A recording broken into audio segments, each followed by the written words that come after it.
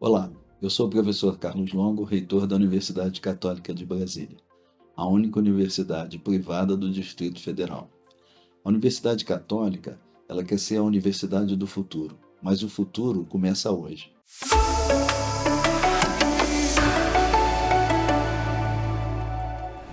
Bem, é um prazer grande estar aqui hoje com vocês, com meu colega, o professor Marcelo Ramada, para a gente falar um pouquinho, ouvir um pouquinho, Ramada, das suas experiências, né, e todo esse processo da pesquisa dentro da universidade, a integração da universidade com a sociedade, seja no mercado público e privado, com os nossos alunos.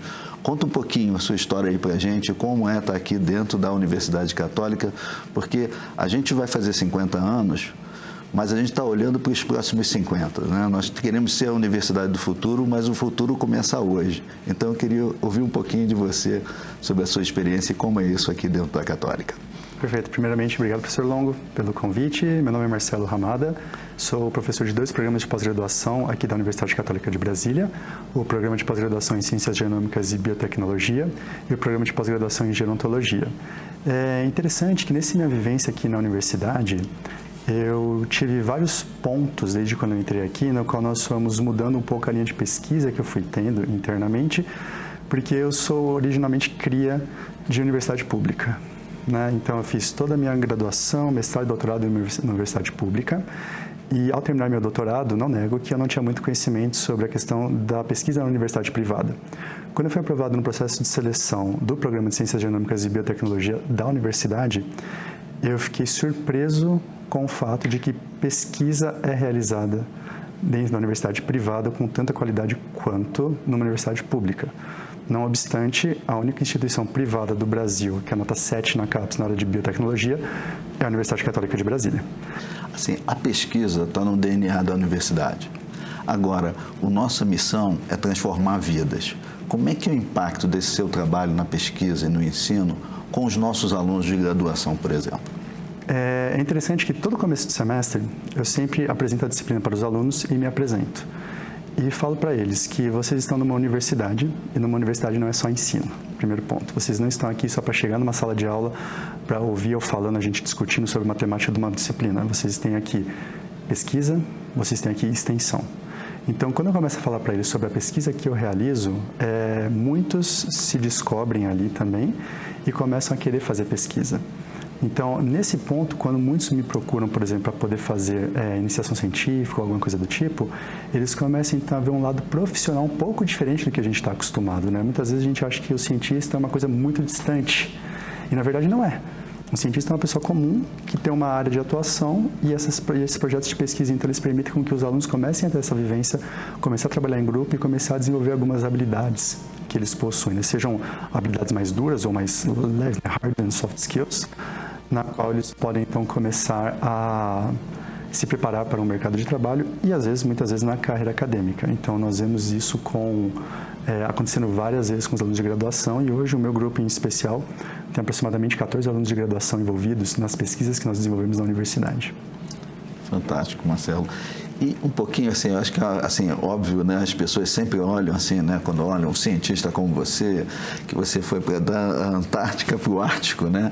Fala um pouquinho do objetivo dessas viagens e dessa pesquisa, qual o impacto disso para a sociedade? Então, a pesquisa na Antártica ela é muito interessante, que ela surgiu com uma ideia de tentar entender como que algumas plantas conseguem sobreviver naquela condição tão gélida. Então, quando a gente pensa em Antártica, a gente pensa só em gelo. E, na verdade, em algumas regiões da Antártica, há ciclos de gelo e degelo que acontecem durante o verão. Então, ao ver que existem plantas que sobrevivem àquela condição, a gente começou a pensar, como que elas sobrevivem a isso?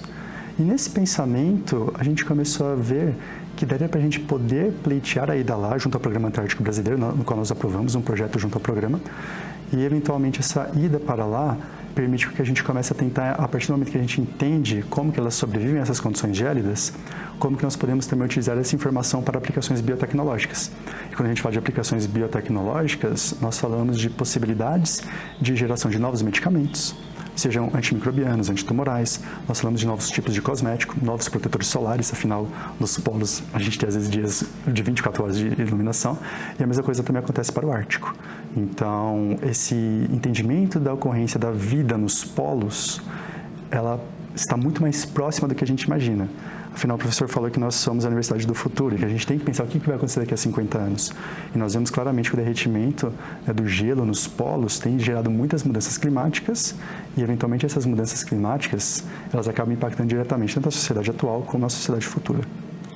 E dentro desse contexto, assim, óbvio, tem lá os pesquisadores de mestrado, alunos de doutorado, mas os alunos de graduação também participam dessas pesquisas? Certamente, mas no nosso grupo nós temos muito mais alunos de graduação do que de mestrado e doutorado, por exemplo. E nós tivemos uma aluna de graduação da medicina, a Mariana, Puronic, que ela foi para a Antártica conosco. Então, essa foi uma aluna de graduação que ela não só está fazendo a parte da pesquisa que nós realizamos nos laboratórios da Universidade Católica de Brasília. Ela também teve a oportunidade de ter uma experiência internacional, de ir para o Chile inicialmente, e depois para a Antártica, vivenciar todo aquele novo ambiente, ou seja, uma pesquisa em campo. E, eventualmente, quando ela voltou para cá, ela pôde, então, dar continuidade a essa pesquisa realizada em campo, inicialmente nos laboratórios. Então, isso é uma das realidades que nós temos. Recentemente, a Giovana, que faz biologia aqui Giovana Lissa, ela faz biologia aqui na universidade, ela foi fazer o treinamento pré-antártico no Rio de Janeiro, no mês de agosto, que é um treinamento de uma semana para conhecer um pouco mais sobre o programa, os tratados internacionais e como o pesquisador deve se comportar na Antártica em situações de risco. Um bote vira numa água gélida de 0 graus Celsius. Como que você deve se comportar com relação a isso? Dentre outros testes físicos também que ocorrem, como uma forma de preparação para a saída. Então, aluno de graduação não fica só dentro do laboratório, que já é uma coisa interessante. Ele também tem a oportunidade de ter experiência internacional em campo. É interessante porque aqui a gente consegue aprender fazendo também, né? Você tem toda a parte teórica, mas também tem a parte de campo. Agora, óbvio que a gente não é uma ilha, né? A gente está conectado. Quais são as conexões num projeto desse tipo que você está participando, tanto nacionais e internacionais? Como é que é essa relação? Como a universidade entra nesse ambiente, nesse ecossistema aí? Nacionalmente, nós temos parcerias com todas as regiões do Brasil. Então, nós temos parceria com grupos do Norte, em especial da Universidade Federal do Tocantins. Temos do Nordeste, da Federal do Oeste da Bahia, Centro-Oeste, o UFG, o UNB, Sudeste, o FMG, no Sul, a Unipampa. Então, esses são alguns exemplos de parcerias que nós temos aqui, além de também apoios institucionais do ponto de vista do CNPq, que é um dos maiores financiadores que nós temos, FAPDF, aqui também, e também apoios direto do MCTI, do Ministério da Defesa, Ministério das Relações Exteriores, que nos apoiam muito em toda essa questão internacional. E fora do país, nós temos apoio principalmente dos Estados Unidos, com o Joint Genome Institute, que é um dos maiores centros de genoma do mundo, que fica na Califórnia, com a Universidade do Arizona, e com o Hudson Alpha Institute, que é um instituto de biotecnologia que fica no Alabama. E a última ida ao Ártico, ela nos permitiu também estreitar alguns laços, tanto com os noruegueses, no que diz respeito à Universidade de Svalbard, que fica na ilha de Svalbard, dentro do Círculo Polar Ártico, mas também com pesquisadores da República Tcheca e também com pesquisadores poloneses, por exemplo.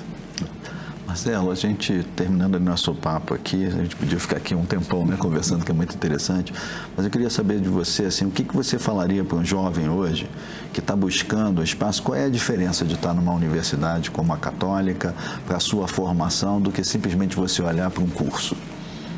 O grande diferencial é toda a estrutura que se tem aqui. A estrutura não é simplesmente prédios, laboratórios. A estrutura ela passa por todo o processo de pessoas que também compõem isso.